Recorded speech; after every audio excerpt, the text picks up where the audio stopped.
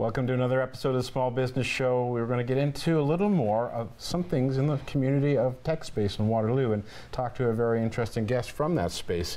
We are. We're very, very lucky. We keep stealing them from their important work and bringing them here to talk to us. Well, I think they can see the value in participating in shows like this because it's just another medium of getting out there and communicating with people. We're making people aware what's out there. They don't know what they don't know. Absolutely, you know, and I think in terms of when people see us come back in the fall, there's going to be some really good key guests that we spend a lot of time talking to, right? Amazing guests. And this particular organisation has helped myself in the past many times. So I want to make more people aware that it's there and what they do. The thing is, it's changing and it's growing so much too that I think there's a lot people can learn from actually just spending a little time. And you know, there's probably some people that don't even really know it's there. That's what I said, Stu. Yeah, they actually don't know it's there. So this is why we bring the guests on. We get that question, so we're going to actually spend some time talking about that, a little bit of that relationship and how people can be more aware of it. So I think, you know, for all intents and purposes, why don't we just take a moment and we'll get into it. Let's get into it. All right, and we'll be right back on the Small Business Show. This program is brought to you by the following sponsors. Before you fall in love with your house, know what you're doing with your mortgage. Contact Julie Maderos or myself, Allison Lopez, as we have access to the best products and rates. We can offer more options than banks because knowing more means saving more. Hello, I'm Liz Dowdswell, Lieutenant Governor of Ontario. In 2008, carbon monoxide, a deadly invisible gas, killed an entire family in our province. That tragedy led to a new law requiring homes with potential CO sources to have alarms. John Gignac's family members passed away that day, and he shares his story to save others. Please make sure you have working CO alarms in your home. Protect your family today.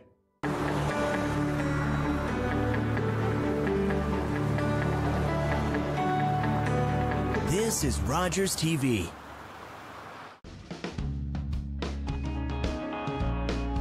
Welcome back to the Small Business Show. I'm really excited to share. We've got a really interesting guest, and I think people will know of him once we introduce him. So I'm going to introduce Dr. Paul Salvini from the Accelerator Center, Chief Executive Officer. Welcome to the show. Thank you very much. Great to be here.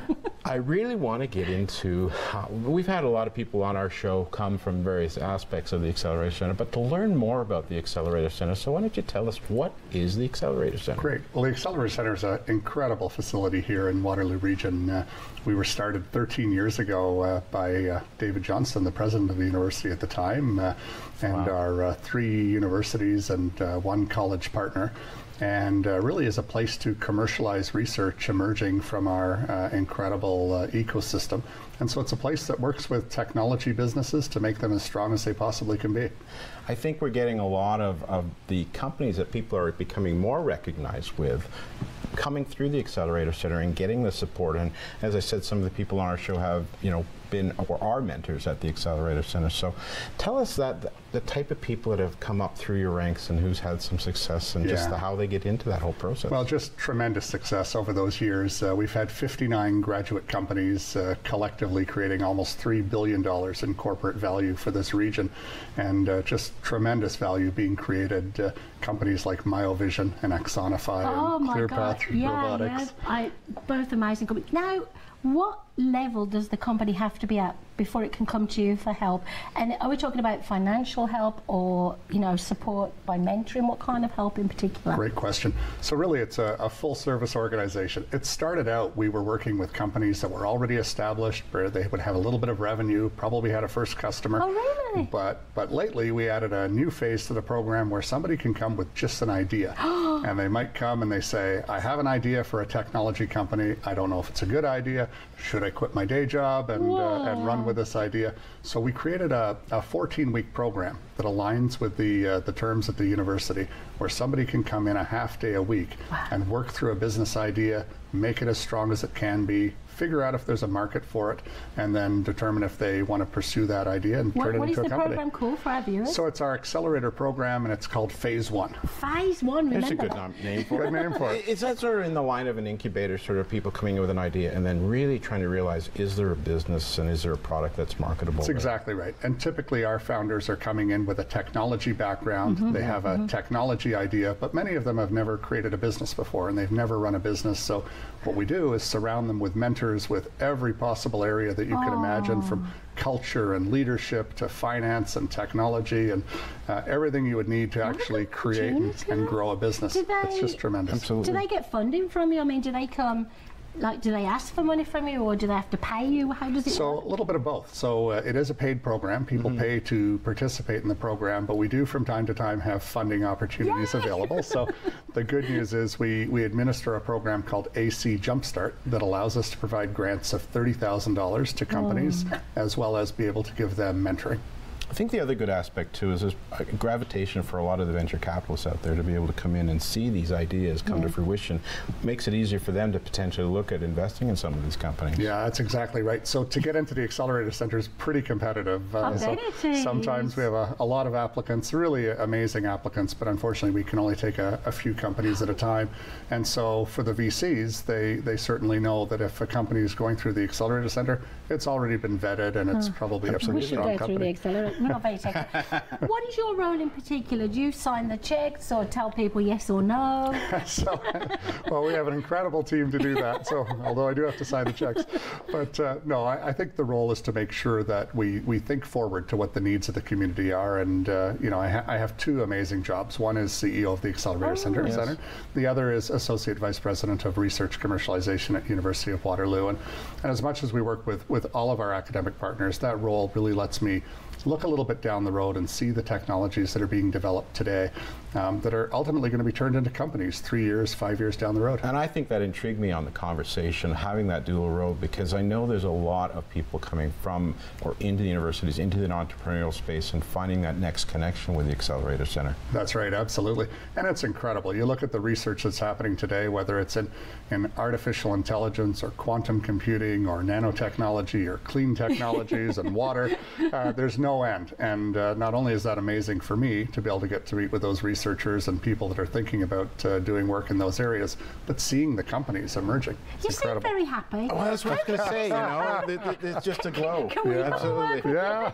We want to be that happy, don't we? Well, as I say, it's two amazing jobs. I mean, you're working with entrepreneurs who, and you two are entrepreneurs, you know what it's like. It's hard work, and so being able to have a supportive, fun environment and a collaborative environment is really critical, and that's what we're providing. And is there any advice or tips you'd give to our viewers, from your perspective, if they're thinking about starting a business or coming to an organisation? Well, I think it's important to be part of a community, and one of the things that's great about Waterloo Region is there's so many chances to be part of something and to be able to network and to not be in it alone. And I think that's the key. I think it's becoming more organic too. The number of incubators and catalysts and Accelerator Center and networking groups and groups and just people coming together and just interconnecting and finding a lot of that support. And not being alone. I love that you said that. That's right. It's amazing. Yeah, I think people don't realize how tough it can be to be an entrepreneur and how you've put your heart, your soul, and your dollars into it.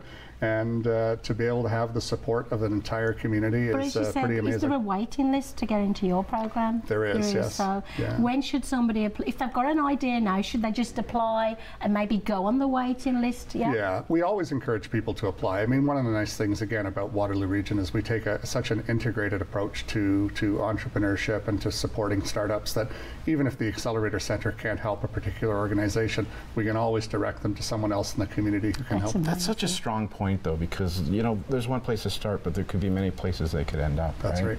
So I'm going to ask you a quick question: where do you see technology going in our community? Well, we'll keep it short. Yeah, of course. Well, just to say, I think we have an incredible future within this community. I look at the technology that's truly going to disrupt industries and create new kinds of jobs and employment, and the sky's the limit in terms of growth and potential.